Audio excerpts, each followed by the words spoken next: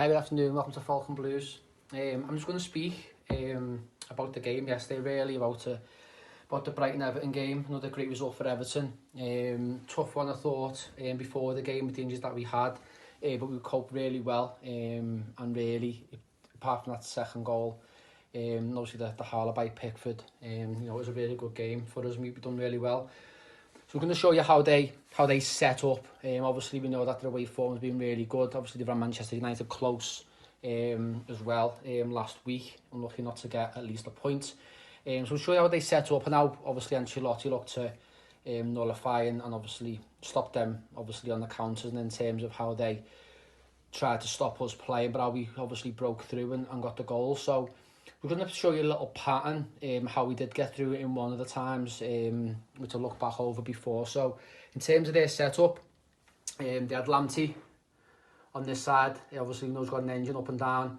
Obviously got the job of marking Richarlison. We had White, Dunk, Webster, and on this side then we had March. Obviously was trying to obviously look after Rodriguez throughout the game. Basuma, really good player in here. Was Alzate, who we know about, was obviously got a yellow card in the first 4 minutes. And your front three then, it went like Trossard on this side, Mapai and Connolly interchanging, and it looked like that really out of possession for them with them three.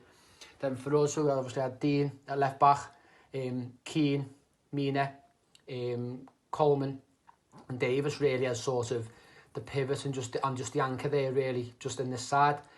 Obviously on this move, he's staying to that side to allow the ball to go over there. Sigurdsson, just ahead, Decore, the main man James, Richarlison ended up going off, and obviously Calvert-Lewin in here. And really before the game, my concern was how we can make sure that he's not isolated. You know, playing up front on your own sort of against a back two is difficult enough, but once you've got three against your one, it's very difficult. And it's sort of, if he does come short and he comes with him, could we get the likes of these two in here to maybe run and behind and really cause these two problems, or even just coming into support to make it a sort of a 3v3 if he's gone high and he's gone in high in here.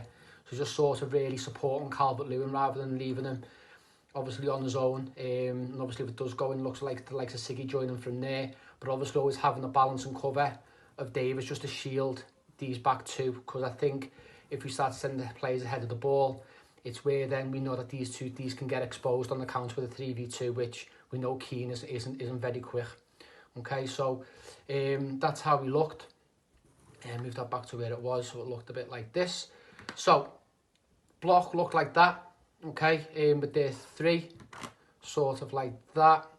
Okay, and I'll show you the move that we've done sort of to break them down. So playing out, we had the ball here with Mina, and obviously then into Coleman. Now the problem you had there, that was a sort of a trigger for Brighton, was this player then was just going to come and lock on.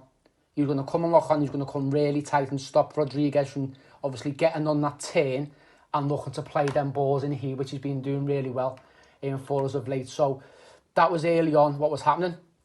Now, to get around that, once he was coming in here, obviously the space is in here. You want to get into the space in here to sort of then drag these out and then maybe sort of create a 2v2 centrally in there. That's what we're looking to try and do. So to break this down, the move was this. It went from Mina into Coleman in here, bounces it inside to Decore.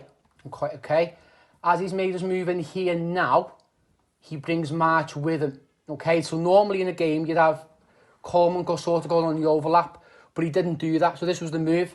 So it went past one, past two, past three. Rodriguez comes in. Decore's run in here to take Alzate with him. Now, once he takes him with him, the run here was inverted by Coleman to set him and then play through them what would have been that defensive two, and he breaks it and he's away. And this is where Coleman then he comes off the shoulder. Coleman drives in, has that shot, and it gets parried out to the side. And that's how we look to break down their really defensive block. But obviously with the two, we can shift these two. Obviously we had joy and we got through on that occasion. So that's just a little bit of an insight of how we broke the block down for the first one. I'm then going to go over Everton's shape out of possession as well. Cheers.